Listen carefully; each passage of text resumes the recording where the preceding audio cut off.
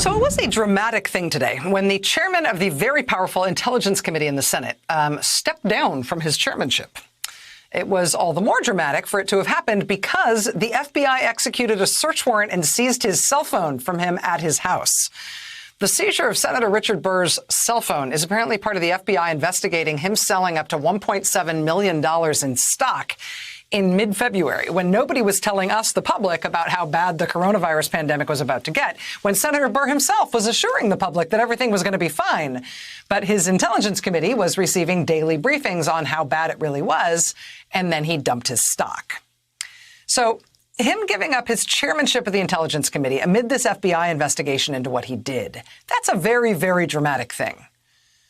But one of the absolutely unique ways in which our current federal government is so terrible right now is that as bad as the insider trading allegations are against Senator Burr, we also simultaneously have to worry whether the U.S. Justice Department, under Attorney General William Barr, might be targeting Senator Burr for reasons that are less about insider trading and more about convenience to the Trump administration.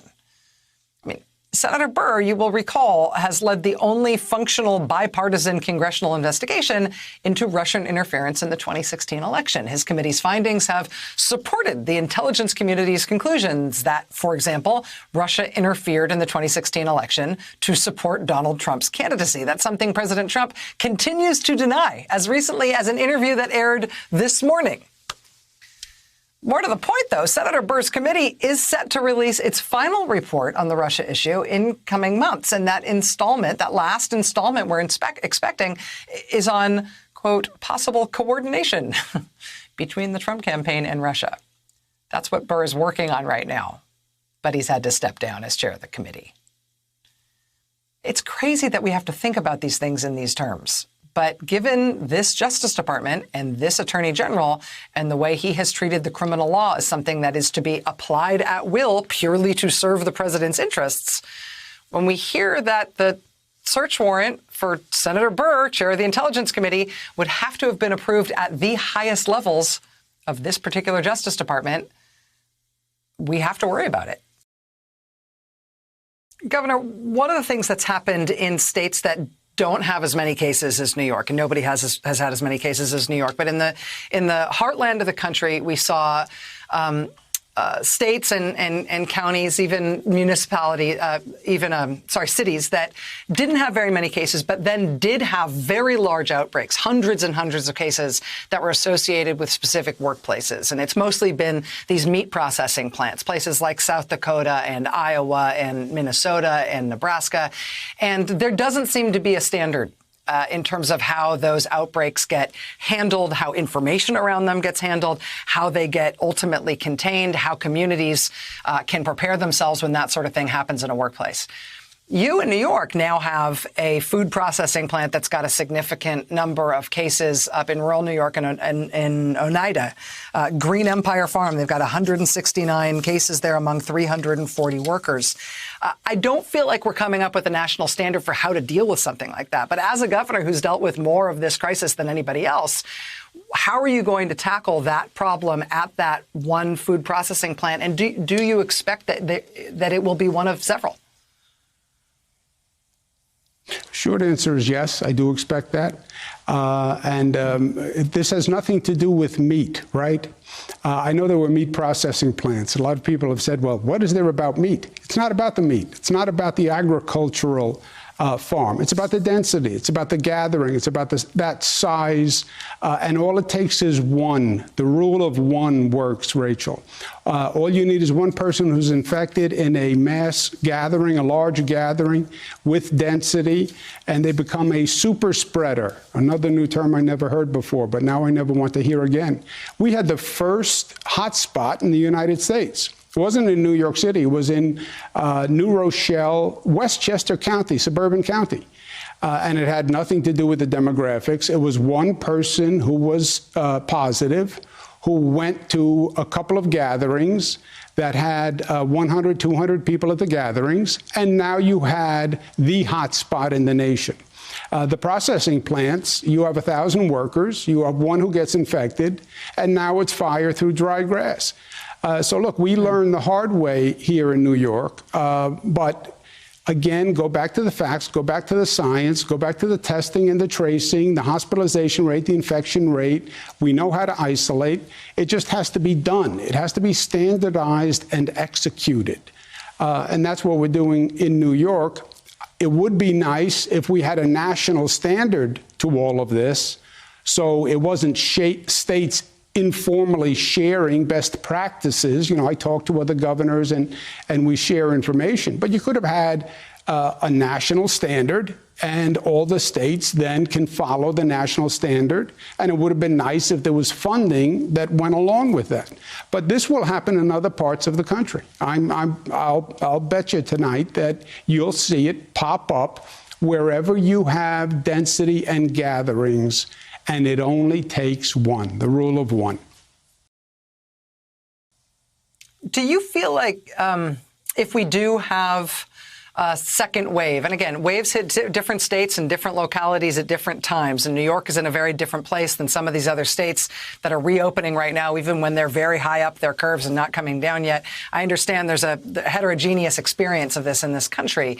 But if we do get a big national second wave of this in the fall, and New York finds itself back in the thick of it, and other states that have been hit hard find themselves back in the thick of it, do you have hope that we would have a national unified response where everybody's pulling in the same direction, at least for the second wave? Or do you think it's still just going to be all 50 states for themselves again?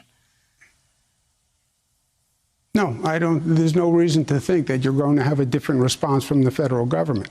The federal government charted its course, and we know what that course is. Now, I spent, as you know, 8 years in the Clinton administration. I was Secretary of Housing and Urban Development. I did all the emergency management, participated in it during that time. So I come from a very different school, right?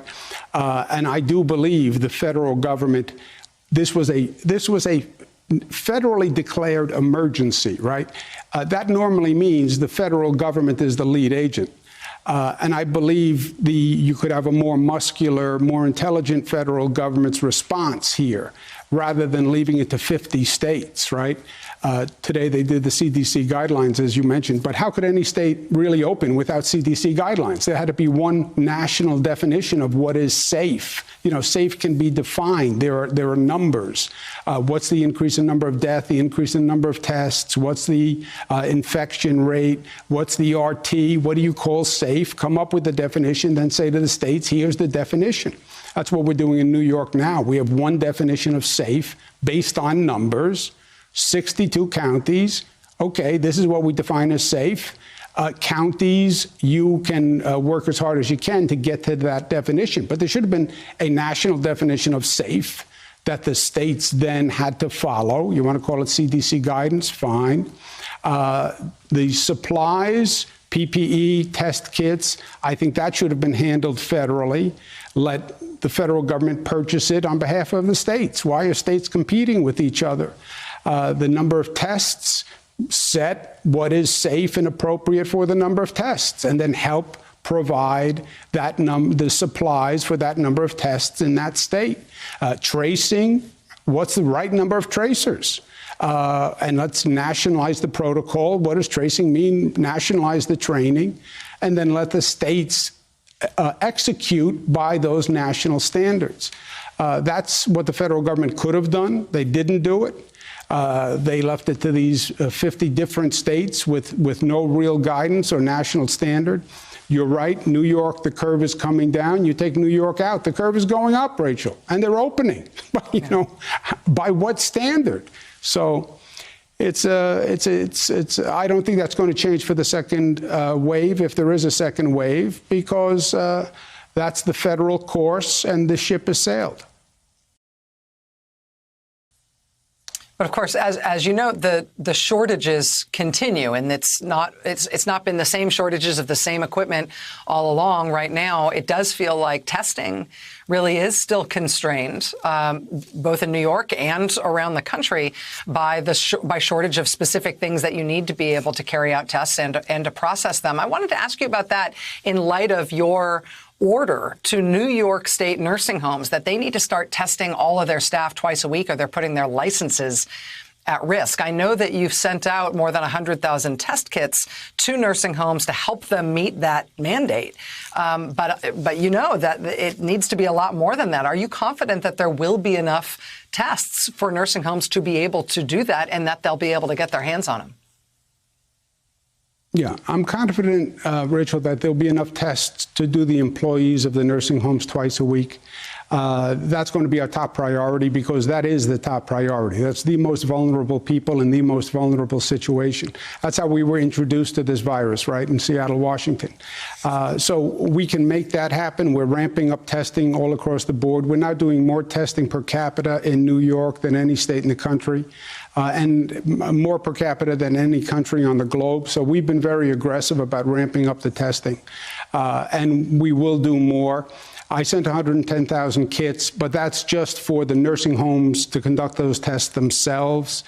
They can also go to the drive-thrus. We have drugstores that are now doing the tests. So there's a lot of other testing mechanisms. But you're exactly right on the PPE shortage has now become a testing supply shortage.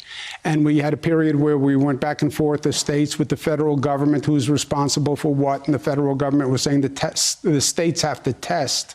But the states couldn't get the tests.